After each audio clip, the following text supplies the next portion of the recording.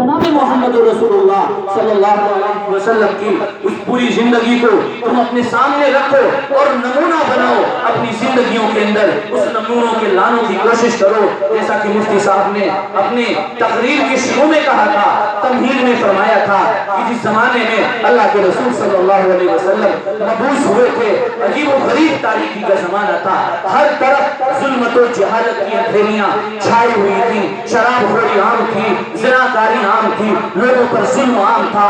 اتنی سنگ دلی تھی کہ خود اپنی جگر گوشوں کو اور اپنی بچیوں کو اپنے ہاتھوں سے دن رات درگور کر دیا جاتا تھا. تاریخ کی کتابوں میں ایک بڑا ہی بھیانک اور دلدوز واقعہ لکھا ہے. ایک آدمی تھا، اس کی بیوی پیٹ سے تھی. وہ سفر میں جانے لگا اور اس نے کہا کہ اگر بیٹی ہوئی تو زندہ زمین میں دفن کر دینا، اور اگر بیٹا ہوا تو تم اس کی پرورش کرنا. وہ آدمی سفر میں چلا گیا. خدا کا کرم ایسا ہوا اس عورت کے یہاں بیٹی پیدا ہوئی. ماں تو ماں ہوتی ہے، اس کا دل پسیج گیا اور زندہ درگور کرنا یہ اس کے بس میں نہیں رہا. اس نے اس بیٹی کی پرورش کی. مدتوں بعد اس کا شوہر لوٹ کر کے آیا، اور جب یہ آیا تو اس نے اس بیٹی کو اپنے پڑوس میں کسی رشتہ دار کے گھر میں رکھوا دیا. وہ بیٹی اس کے گھر میں کھیلنے کے لیے آتی تھی. دھیرے دھیرے اس کا یہ شوہر اپنی سگی بیٹی سے، جس کو وہ اپنی سگی بیٹی نہیں جانتا تھا، پڑوس کی کسی شخص کی بیٹی جانتا تھا، اس سے مانوس ہونے لگا، اسے بات چیت کرنے لگا. وہ بچی بھی اس کے ساتھ کھیلنے لگی. جب اس عورت نے دیکھا کہ باپ اور بیٹی میں تو تعلقات اچھے ہو رہے ہیں، ایک دن مناسب موقع سمجھ کر کے اسے بتا دیا کہ یہی تیری بیٹی ہے اور یہی وہ بیٹی ہے جس کے بارے میں تم نے مجھے دفن کرنے کا حکم دیا تھا. آج دیکھ کتنی اچھی ہے اور کتنی خوبصورت ہے اور اسے کتنی مانوس ہے.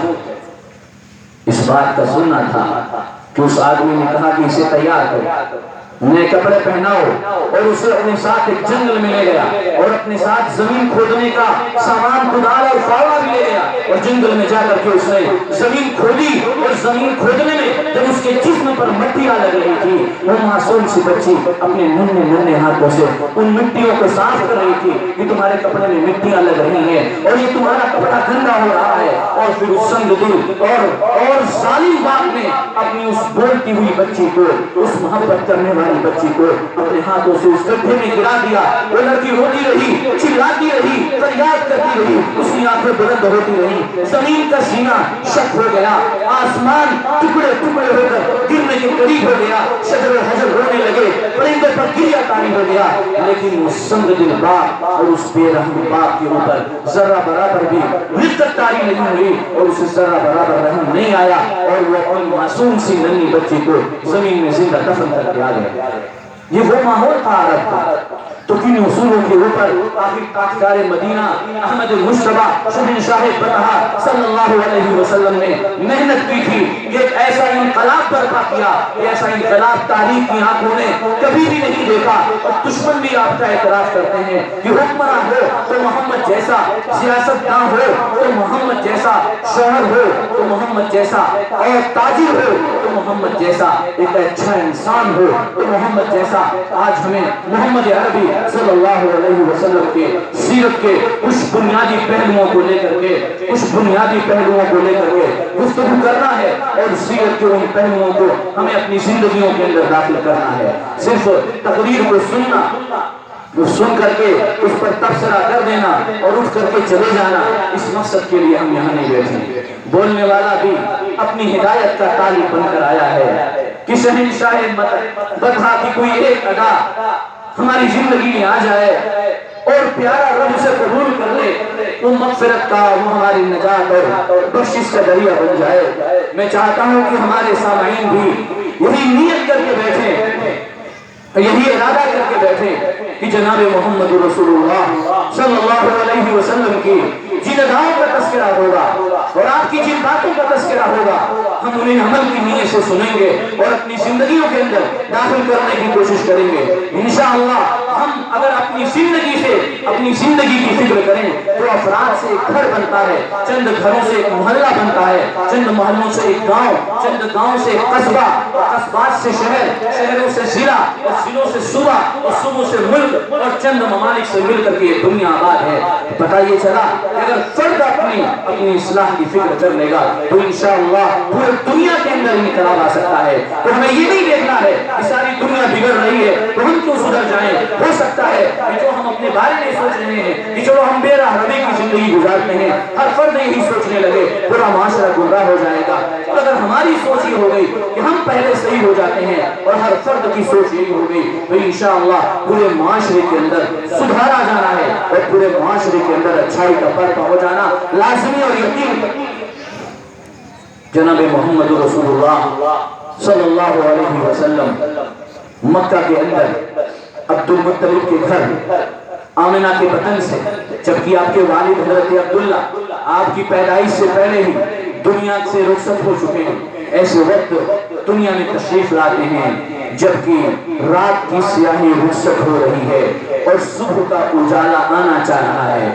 صبح اپنے آمد کی اطلاع بڑے ہی دل نواز انداز میں دے رہی ہے اور بساتے شب لٹنے والی ہے اور رات کے مہرے بساتے شب کے اوپر کپ کپا رہے ہیں، شبنم گنجوں کو وضو کرا رہی ہے اور پرندے مستی کے عالم میں خوشی و مسرت کے ترانے گا رہے ہیں۔ اسی وقت عورتوں کی آواز گونجتی ہے کہ عبد المطلب کو خوشخبری دے دو، ایسا چاند سا چہرہ اس دنیا کے اندر طلوع ہوا ہے کہ آج تک دنیا نے ویسا کوئی چہرہ اور ویسا روشن چہرہ نہیں دیکھا۔ عبد المطلب نے بھی اپنے اس پوتے کو ہاتھ میں لیا اور اس کی پیشانی چومی اور واقعی کہا کہ آج تک عرب عجم نے ایسا کوئی چہرہ اور ایسا روشن چہرہ اپنی آنکھوں سے نہیں دیکھا ہوگا۔ وہ آمنہ کا لال وہ یقین پیدا ہوا، اس نے اپنی زندگی کے ایام شروع کیے۔ بنو سعد کے اندر حلیمہ نے اسے دودھ پلایا، ابھی 6 برس کی عمر ہوئی، ماں آمنہ نے بھی ساتھ چھوڑ دیا۔ دادا بڑی شفقت کے ساتھ رکھتا تھا اور بڑی محبت کیا کرتا تھا۔ 8 سال کی عمر ہوئی، دادا بھی ساتھ چھوڑ گئے۔ پھر چچا ابو طالب کی کفالت اور پرورش میں آئے ہیں۔ ابو طالب کی پرورش میں آنے کے بعد ایسا نہیں ہے کہ یہ در یتیم ابو طالب کے دوش پہ دوش بن گیا ہو، ایسا ہرگز نہیں ہے۔ اللہ کے رسول صلی اللہ علیہ وسلم ابو طالب کے پرورش میں اور کفالت میں جس دن سے آتے ہیں اسی دن سے خود بھی کام کرنا شروع کر دیتے ہیں، بکریاں چرانے کے لیے جنگل میں جاتے ہیں۔ اب ذرا ہم ایک بار اللہ کے رسول صلی اللہ علیہ وسلم کے بچپن پر نظر ڈالتے ہیں کہ آپ کا بچپن اللہ نے اور رب نے جو اللہ کا رسول جس کا سب سے بڑا محبوب اور جس کو اللہ سب سے زیادہ چاہتا ہے اور جس کو سب سے زیادہ پسند کرتا ہے، اللہ نے اسے کیسا رکھا اور اس کا بچپن جیسا ہوگا وہ سب سے اچھا بچپن ہوگا اور ویسا ہی بچپن ہمارے بچوں کا بھی ہونا چاہیے۔ اللہ کے رسول صلی اللہ علیہ وسلم کے بچپن کے بارے میں سیرت کی کتابوں میں یہ لکھا ہوا ملتا ہے کہ اللہ کے رسول صلی اللہ علیہ وسلم کا بچپن بھی لہو لعب اور کھیل کود سے پاک تھا۔ حالانکہ آپ نے جس معاشرے کے اندر آنکھیں کھولی تھی مکہ کفر و شرک، کھیل کود اور لہو لعب کی آماجگاہ بنا ہوا تھا، بلکہ شرک اور بت پرستی کو اور گانے بجانے کی چیزوں کو اس وقت باعث فخر سمجھا جاتا تھا۔ بڑے ہی فخر کے ساتھ گانے بجانے کی مجلسیں منعقد ہوتی تھی، لیکن اللہ رب العزت نے اپنے پیارے حبیب کو کبھی بھی اس طرح کی مجلسوں میں شرکت نہیں کرنے دی۔ ایک دو بار آپ صلی اللہ علیہ وسلم اگر شرکت کرنے کے لیے گئے بھی ہیں تو آپ صلی اللہ علیہ وسلم کے اوپر نیند کی کیفیت طاری ہو گئی۔ 2 مرتبہ ایسے واقعات سیرت کی کتابوں میں آتے ہیں کہ آپ ایسی مجلس میں جبکہ آپ کا بچپنا تھا تشریف لے گئے جہاں ایسے لہو لعب ہونے والے تھے، جہاں گانے بجانے کا سامان موجود تھا، اللہ رب العزت نے نیند طاری کر دی۔ اگلے دن جب سورج کی کرن آپ کے چہرے پر پڑی تو آپ صلی اللہ علیہ وسلم کی آنکھ کھلی۔ اللہ رب العزت اپنے حبیب کی تربیت کر رہا ہے، جسے سید ولد آدم بننا ہے، جسے پوری دنیا کا سردار بننا ہے، اس سردار کی اور اس سید ولد آدم کی اللہ رب العزت تربیت کر رہا ہے اور ہمیں بتا رہا ہے کہ مسلمانوں اگر تم ایک اچھی نسل تیار کرنا چاہ رہے ہو، اگر تم معاشرے کے اندر انقلاب لانا چاہ رہے ہو، اگر تم ایک انقلابی نسل تیار کرنا چاہ رہے ہو، اگر تم اپنے معاشرے میں بڑے بڑے ثبوت پیدا کرنا چاہ رہے ہو تو تمہیں سب سے بڑے سردار اور سب سے انقلابی انسان اور سب سے عظیم انسان اور سب سے کامل و مکمل انسان کا بچپن دیکھ کر کے اپنے اولاد کے بچپن کو ویسا بنانا ہوگا۔ آج ہم اولاد کے سلسلے میں بڑی غفلت کا شکار ہیں.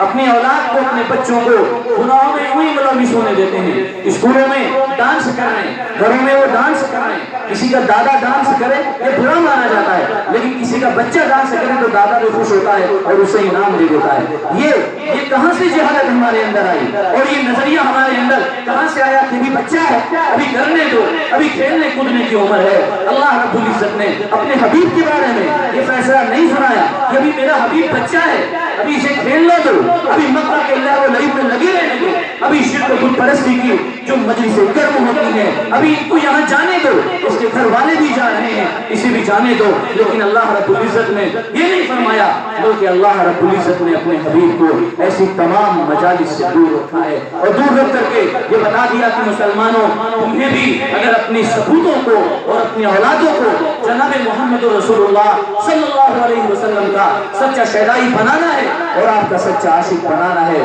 تو پھر ان کے بچپن کو نکھارنا ہوگا. آپ صلی اللہ علیہ وسلم دھیرے دھیرے جوانی کی طرف بڑھتے ہیں. ابو طالب کا ہاتھ اور زیادہ بٹاتے ہیں، بلکہ آپ صلی اللہ علیہ وسلم کی جو کمائی ہے وہ آپ کے لیے تو کافی ہے ہی. آپ اپنے چچا کا سہارا بھی بن رہے ہیں، پھر تجارت بھی شروع کرتے ہیں. اس کے بعد اس معاشرے میں جو کہ کفر و شرک کا معاشرہ تھا، جو کہ ظلم کا معاشرہ تھا، جو کہ بربریت کا معاشرہ تھا، جو کہ دھوکہ دہی کا معاشرہ تھا، اس میں آپ کی شہرت کیسی ہوئی، آپ نے کیسا برتاؤ رکھا. آپ کے حالانکہ دیکھتے تھے آپ یہ بت پرست ہے، یہ شرک پرست ہے، آپ کو ان کی چیزیں پسند نہیں آتی تھی، لیکن آپ صلی اللہ علیہ وسلم ان مجالس میں شرکت تو نہیں کرتے تھے، لیکن ان کے ساتھ خندہ روی سے پیش آتے تھے، معاملات میں ان کے ساتھ سچ بولتے تھے. اور آپ صلی اللہ علیہ وسلم اپنی نوجوانی میں اتنے سچے بنے اور اتنے اچھے بنے اور اتنے امانت دار بنے، اتنے بااخلاق بنے، اتنے ایماندار بنے کہ آپ صدیق اور امین، صادق اور امین کے لقب سے یاد کیے جانے لگے.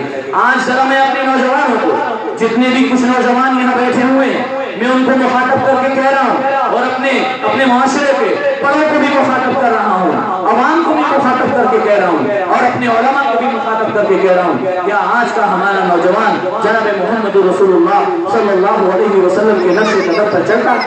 آج تو ہماری زبانوں پہ یہ جڑ رہا ہے کہ جوانی کا جوش ہے اور جوانی دیوانی ہوتی ہے اور جوانی میں تو بچے غلطی کرتے ہی ہیں. تو یہ نظریہ اور یہ خیال ہمارے ذہنوں میں کیسے آیا؟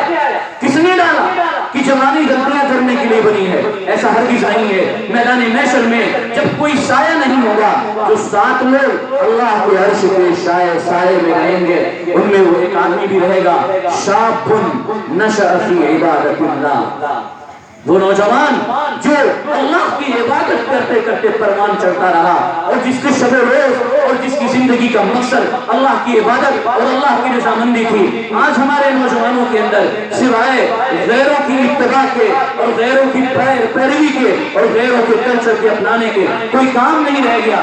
آج ان کے اندر چھوٹے بڑوں کی تمیز نہیں رہ گئی. آج ان کے اندر اسوہ رسول اللہ صلی اللہ علیہ وسلم کو اپنانے کا کوئی جذبہ باقی نہیں رہ گیا. اپنے نوجوانوں سے میں یہ کہنا چاہتا ہوں کہ ہمارے نبی کی عفت و پاک دامنی کو دیکھیں، آپ کی سچائی کو دیکھیں، آپ کی دیانتداری کو دیکھیں اور آپ کی امانتداری کو دیکھیں. آپ صلی اللہ علیہ وسلم کے اس پورے اصول کو دیکھتے ہوئے اپنی زندگیوں کے بارے میں غور کریں، بلکہ ایک بار ہم سب لوگ اس بارے میں غور کریں کہ کیا ہم میں سے کوئی ایسا ہے جس کو اس کے پورے رشتہ دار میں صادق کے لقب سے یاد کیا جاتا ہو کہ بڑا سچا ہے، یہ امانتدار کے لقب سے یاد کیا جاتا ہو کہ بڑا امانتدار ہے؟ اگر ہم نہیں ہیں تو یقین مانیے ہم اپنے حبیب جناب محمد رسول اللہ صلی اللہ علیہ وسلم کے اسوے پر اور آپ کے نمونے پر اور آپ کے طریقے پہ ہم چلنے والے نہیں ہیں. ہمارا طریقہ آپ سے ہٹا ہوا ہے، ہم کسی اور دنیا میں جی رہے ہیں، ہم کسی اور طرز کی زندگی گزار رہے ہیں.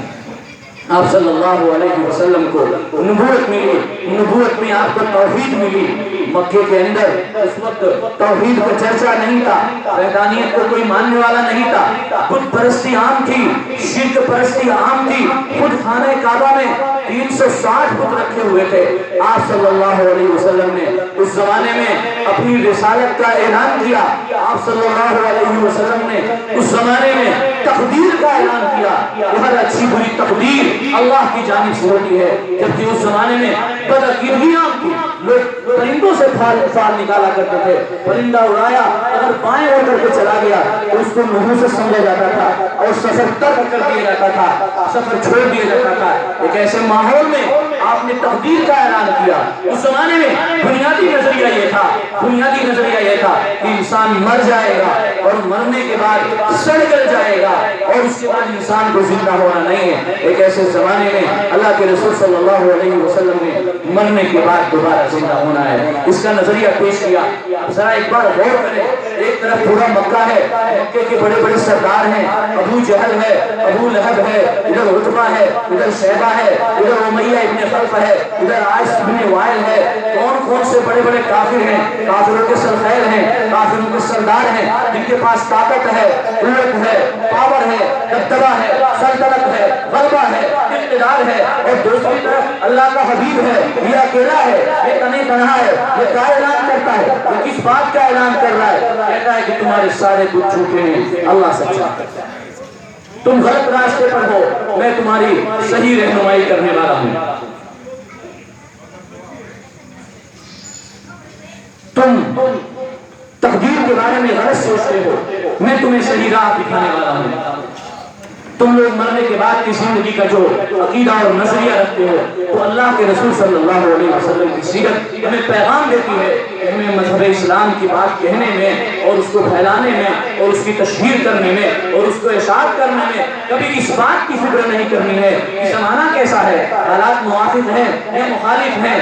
اللہ کی دعوت کو پھیلانے میں ہمیں کسی سے ڈرنا نہیں ہے اور کسی مخالفت کرنے والے کی اور کسی ملامت کرنے والے کی ہمیں پرواہ نہیں کرنی ہے. ایک بہت بڑا عنصر جو اللہ کے رسول صلی اللہ علیہ وسلم کی سیرت, میں اپنی بات کو سمجھ رہا ہوں اور آپ صلی اللہ علیہ وسلم کی زندگی سے جو ہمیں ملتا ہے, جو ہمارے لیے قابل اقتداء ہے, قابل رہنما ہے اور جو ہمیں اس بات کی دعوت دیتا ہے کہ ہم اس عنصر کو اپنائیں. آج ہمارا پورا معاشرہ آپسی رنجش کا شکار ہے, آپسی اختلاف کا شکار ہے. محلے میں آپس میں لڑائیاں ہیں, رشتہ داروں میں آپس میں لڑائیاں ہیں, بھائی بھائی میں آپس میں لڑائیاں ہیں. کوئی کسی کو معاف کرنے کے لیے تیار نہیں ہے. ذرا ایک مثال بس سنتے چلو. اس آقائے مدنی جناب محمد رسول اللہ صلی اللہ علیہ وسلم کے عفو درگزر کی کہ وہ قریش کی خاندان کا وہ چشم کا چراغ تھا, وہ عبد المطلب کا پوتا تھا, وہ آمنہ کا لاڈلا تھا, جو مکے کے اندر بڑے نام والے تھے اور بڑی اونچی خاندان تھی اور بڑا اونچا جن کا شان تھا. کفار مکہ نے آپ کی دعوت نبوت کے بعد آپ کو اتنا تنگ کیا کہ آپ کو مکہ سے مدینہ جانا پڑا اور مدینہ کے اندر بھی کفار مکہ نے آپ کو چین سے نہیں بیٹھنے دیا. کبھی غزوہ بدر ہے, کبھی غزوہ احد ہے, کبھی غزوہ احزاب ہے, کبھی غزوہ خیبر ہے اور مختلف غزوات پیش آئے. اللہ کے رسول صلی اللہ علیہ وسلم نے بالآخر ان سے صلح کی, صلح حدیبیہ کی شکل میں, لیکن اس کے باوجود کفار مکہ نے اس صلح کو بھی توڑ دیا اور آپ صلی اللہ علیہ وسلم نے اس وقت ایک فیصلہ کن جنگ اور ایک فیصلہ کن حملے کی ٹھان لی. اپنا لشکر جرار لے کر کے جناب محمد رسول اللہ صلی اللہ علیہ وسلم مکے کی جانب پیش قدمی کرتے ہیں. خالد بن ولید ہیں اور بڑے بڑے صحابہ ہیں, بڑے بڑے جاباز اور بڑے بڑے سورما اور بڑے بڑے بہادر صحابہ جو جوش میں ہیں, جو نعرے لگا رہے ہیں الیوم یوم الملحمہ, کہ آج تو جنگ کا دن ہے, آج بدلے کا دن ہے اور آج لڑائی کا دن ہے. اس وقت کفار مکہ نے جب مسلمانوں کا وہ پرجوش لشکر آتے ہوئے دیکھا, کفار مکہ کے اوپر ہیبت طاری ہو گئی. ابو سفیان نے جو ابھی اس وقت تک مسلمان نہیں ہوئے تھے, ایک پہاڑی پر کھڑے ہو کر کے مسلمانوں کے آنے کا منظر دیکھا, ان کے جسم کا رواں رواں کھڑا ہو گیا اور سارے کفار سہم گئے. مکہ کے بچے اور مکہ کی گلیوں میں نادان بچے کھیلنے والے پریشان تھے, کون سورما آ رہا ہے, کون جنگجو آ رہا ہے. یہ مکہ کے بڑے بڑے سردار, یہ بہادر, لڑائی جن کا پیشہ ہے, لڑائی سے جو کبھی بھی نہیں مانگتے, آخر آج کیا ہو گیا ہے کہ آج ان کے اوپر گریہ تاری ہے, یہ خوف میں ہے, ان کے اوپر لرزہ تاری ہے, یہ کس کے خوف سے سہمے ہوئے ہیں اور آخر یہ